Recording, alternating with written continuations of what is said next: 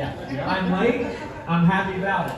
That's right. That's right. I did start apologizing when they were like, "We're at the 2-hour mark, Ross. We need." I'm like, "Okay. We can hurry." It's okay. Celebrate. Oh, I did. I love it. I love it. So, would you mind talking us through that last 15 laps of the 66th running of the Coke 600? Yes. So it goes back to, you got to start the start of stage 4, which is so crazy to say in cup racing. Yep. 4 stages. We started 40. Like we started in downtown Salisbury. They said fire them up, and Brandon said, "All right, first one's rolling off," and we waited like 3 minutes, and then I fired mine up. So yeah, that last run, I could see the 24 and the 11 pit, but I didn't enter on the bottom, so I entered the top of 3 because I had clean air. And right as I got to the wall, Phil Surgeon, my crew chief, who's in the room, said, "Pit with them, like pit if you can." And I was like, "Ah, it's too late." So I keyed up on the 4 and I asked, "Well, why don't we run some more laps? Like, we have a big gap to 4th, we're in 3rd, let's just run some more laps." And I think they were talking on channel 2, and there was some garbled stuff, I couldn't really tell. And then I go in the back and I'm like, I know he wants me to pit. And I enter on the top, and he's like, "Pit," and I'm like, too late. So I run the top again, and on the 4 he's like, "Please, like, pit! Like, come down, like, get on pit road." So, we ran 2 extra laps really by driver error. It was really what it was. They wanted me to pit with those. Sounds like you're kind of taking credit for that. No, Not to interrupt, but I was yelling at you too. he was down there. He was telling me to pit. So I pitted the next time, and when I came off pit road, I thought, It's supposed to be over here. They were so far ahead. It's supposed to be over here too. You don't know. But I don't know. I drove down to turn 1 and landed, and the way the car felt, I keyed up off 2 and was like, "You nailed the balance." Wow. It took us 550 miles, but we nailed it, and it bottomed out just right, hit the rub blocks, and I got back in the gas wide open through turn like 1 and 2 after I landed, and that was the last thing I said, I think, before screaming when we won. That's amazing. So you just kept seeing Williams' bumper get a little bit closer, The 11 was first, and as we caught him, I kind of got stalled out a little bit, and then I got by the 11, and then the 24 was next, and he made 3 key blocks. He made it in turn 1, in turn 3, and turn 1 again on like a lap and a half consecutively. And I thought I was done, so I got there loose, like I was a little free getting there, and then once I did those a lap and a half, 3 corners, I was tight. And you know what it's like when you get tight, and you're trying to run the wall, it's over. Yeah. And he was running the wall, and I kept like biasing down a little bit, and I get in the gas and I just drive up the track, and I was like, okay, this is it, it's over, like I've lost. So I just ran the middle a little bit, I ran out of his wake, I ran the very top a little bit once I got back, and that let the front tires cool off a little bit, and he was also building tight, it looked like to me, I don't know yet, but I know our cars are really similar, and I really think the accidental 2 laps helped, but also I was peeling down on turn 4, McGriddles, Brandon was, where you at, Brandon? Are you in here? Should be. Okay. So he was like, "Get your exits off the floor." And the only way I could not wrap the wall, I had to peel down on exit. And I watched Allgaier do that yesterday, and that was some of the inspiration for that. Wow, that's awesome. So you got the traffic. You and William both in traffic. How did that work for you? Yeah, that bright yellow car was in the way again. Yeah. It's always him. It's kind of funny. I mean, it's not funny, but that team did not show up tonight. They were not competitive, and I think that there's repercussions of Indianapolis coming back this way. So they looked very beatable tonight, and I raced around the 12 early in the race, and then he was out, and then 22 was not a factor. So I feel like. When the 24 was getting tight, that was also what I was having. I was getting tight as well. And then, yeah, down the front, I got a run off of 4. The 11 had pitted, I guess, again for fuel. I think he had an issue. And then I just got a run on the 24, and right here in the second dog leg, which is like right here, I just turned left, but I was in the wake of Williams. So these cars are nose up, rear down. And when I turned, it did not respond. It's not like a truck does it when you're in dirty air, the nose will pick up, but these just kind of stay static. But I turned, it didn't respond. I was like, well, I'm just going to hold it. And then I could see the 11 in my window net, and Brandon never called me clear, but I just shot to the bottom and then cleared myself up. And Brandon was calling him outside, was saying, I don't remember what he was saying, but I gave William a choice, I know that. And it was either we crash or we both keep racing. And You guys nice clean. It did. It was clean. It was a great battle for the lead. That was phenomenal. But yeah, that move into 1 was, it was very turbulent. It was chaotic. It looked it. Yeah.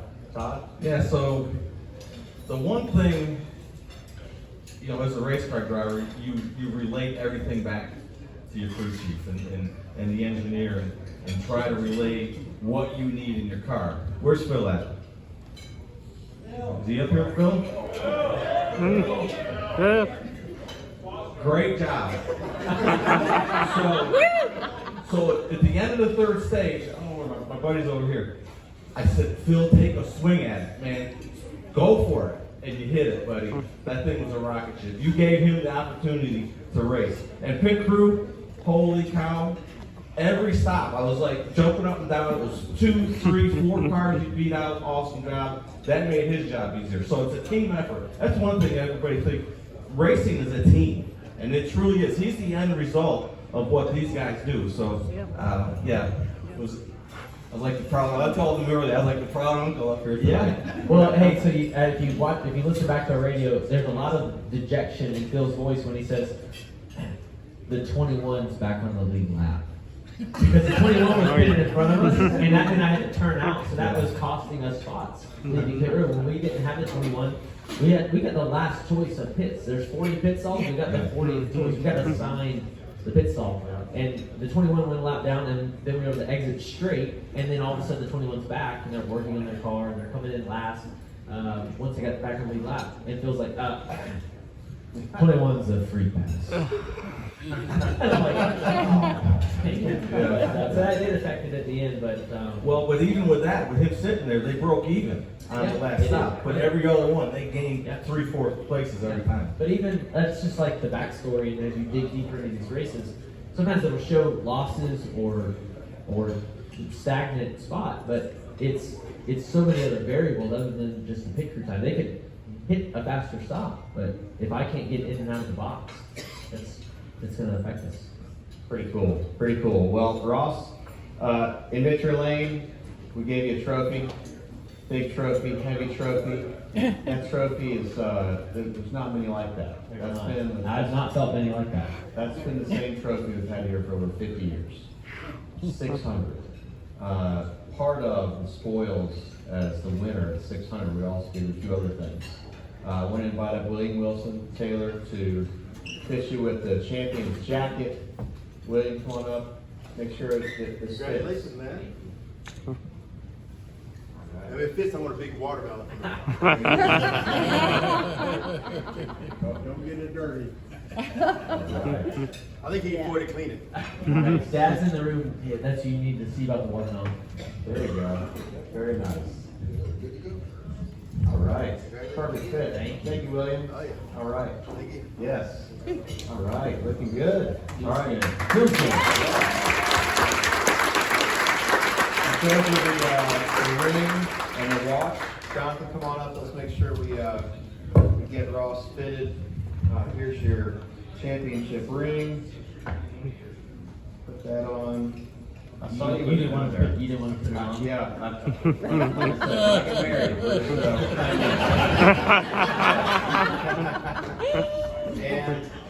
And the Blancpain watch. This is high performance watch for high performance person. Ceramic from the fine folks over at Diamonds Direct. They help us with championship ring and champions watch every year. And these are fun trophy items to have. The other thing we have.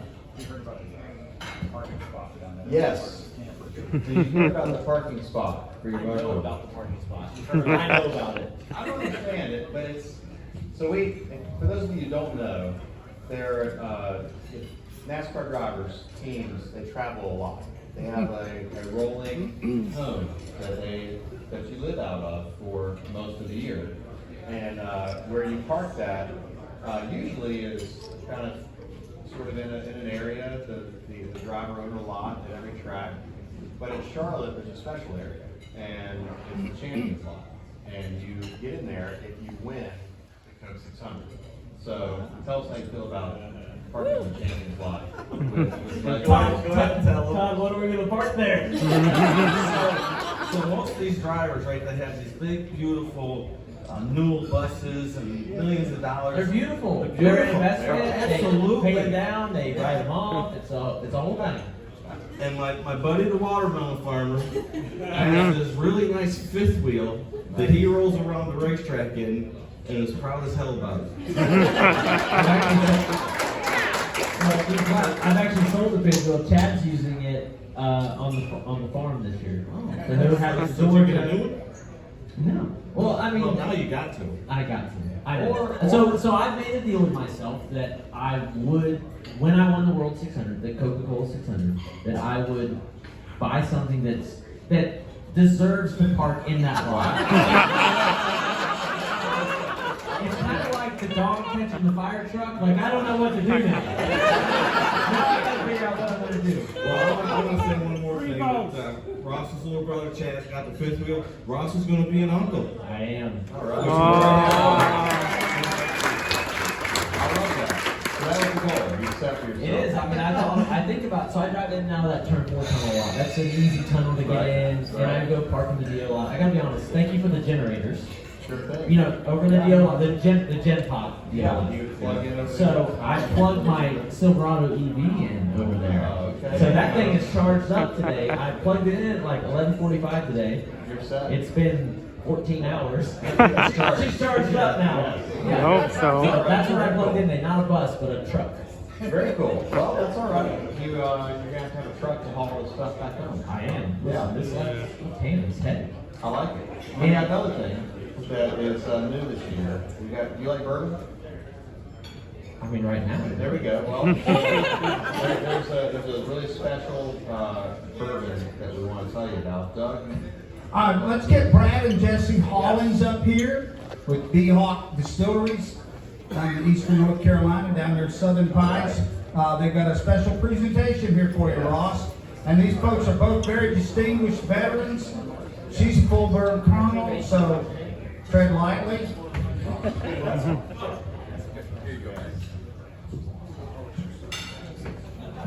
First, congratulations, Mr. Smith. Thank you so much for this opportunity. Absolutely. You know, Brad and I have been at it a while. But, my name's Jessica Halling. I served in the Army for 29 years. Many of you heard from my husband, Brad, who is a veteran of the Battle of Mogadishu, 1993, was shot down in an airframe called Super 62, one of the 4 helicopters that was shot down in a battle that was memorialized by Hollywood, a movie called Black Hawk Down. I don't know if you've ever seen it. We gotta get you to see that movie. Anyway, we live outside of Fort Bragg. Southern Pines, about an hour and a half from here.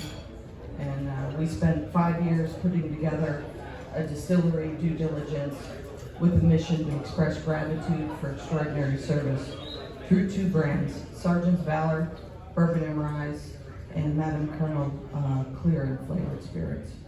And today we're going to present you with our best offering and invite you to our distillery, which is a beautiful 16,000 square foot restaurant, cocktail bar, manufacturing plant, where we are hoping to make North Carolina proud. And Brad's going to tell you a little bit about this bottle. Yes, So, and some of those that were here earlier, we talked about the gratitude series and what it means. But This is one of our products. It is, and this is why we love the fact that you've invited us here, because of the culture and recognizing selfless service, especially on this weekend. It's really, really special. This is kind of along the same lines. This is our best bourbon in our rick house, and it's put together to commemorate and memorialize selfless service. And the first one that we chose for the Gratitude Series for authenticity was the pilots and crew that saved my life when I was shot down in Mogadishu. And this is a tribute series that will change over time. It won't be just military. It's going to cross over to selfless service in the civilian world, doctors, probably medical personnel. At some point, we want to do a military working dog that save lives. But anyhow, this is the first of the series, and it's about gratitude. I noticed on your card, and I think it's worthy of mentioning, Specialist McCrae. I didn't know him, but it doesn't matter. What I do know is Specialist McCrae served our nation and lost his life in Gonat, and I love that you guys carry those on your cars. I think that's one of the beautiful things about what we do here at Charlotte Motor Speedway, and thank you for that, and congratulations.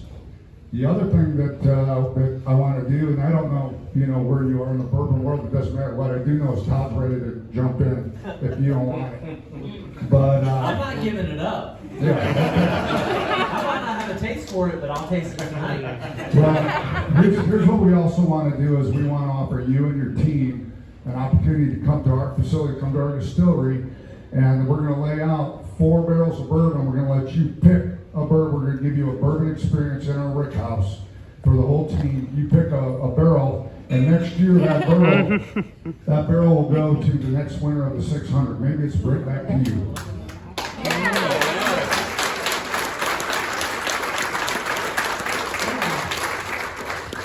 That's going to be very special. We've already planned the label. It's very, very beautiful.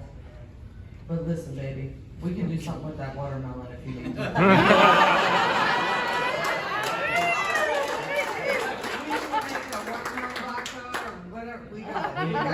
We got you covered. We'll come over, we'll figure it out. We got some shirts and stuff in here, and That's yeah, awesome. Y'all are congratulations. amazing. Like, I love winners. Let's give a round of applause. Thank you all.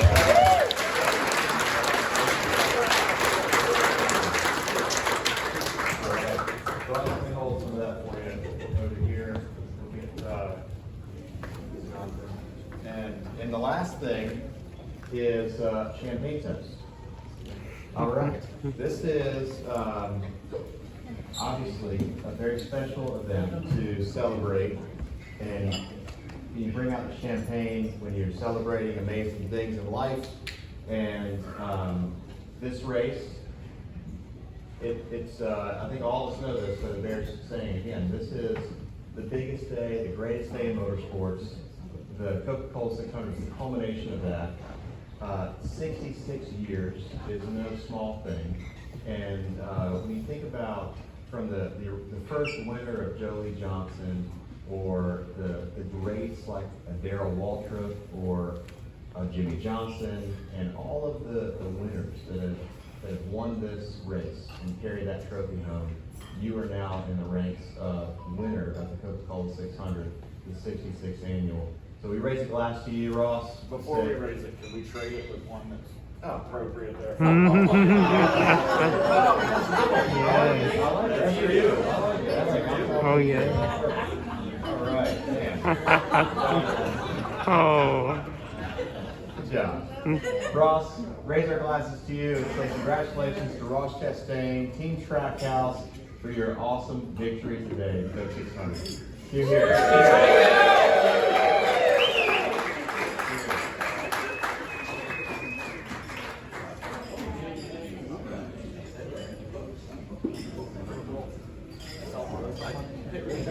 I told them the story. Well, you told me, yeah. I told them. I had to brag on you before you done it. You had to fill some time. You had to fill some time. I took my. I know. I knew it was Ross doing Ross stuff. Look, I have 2 watches on now. I have a really nice watch. I'm still not going to be on time. No. Well, you don't live very far, so you need to bring the bourbon over to the pool one day. I can crawl home from your house. Tom, what did you say before the race started? What was the foretelling? Well, Janet, myself, our friends, we always try to see Ross before. We didn't get to see him because he was so busy in the garage area before. So he gets done with driver intros and he comes walking down the street there and Janet a hug and we talk and before he walks off he says, a couple hours me and you are going to have a drink right up there. All right. He knew walking into his car that he was going to get this done.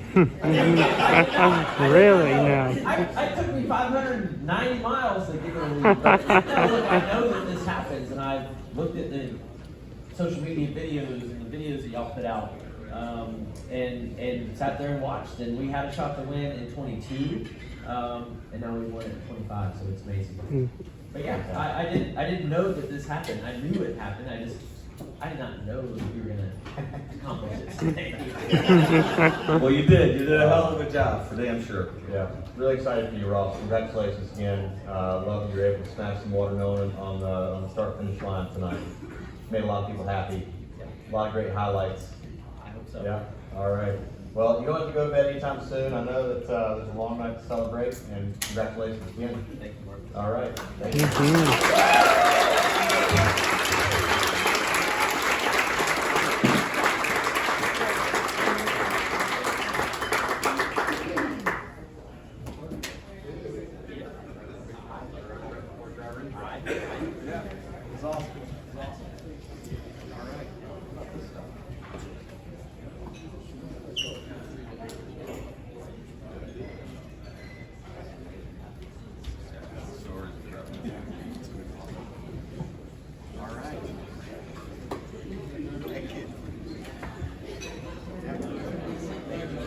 Sorry, Jesse came out.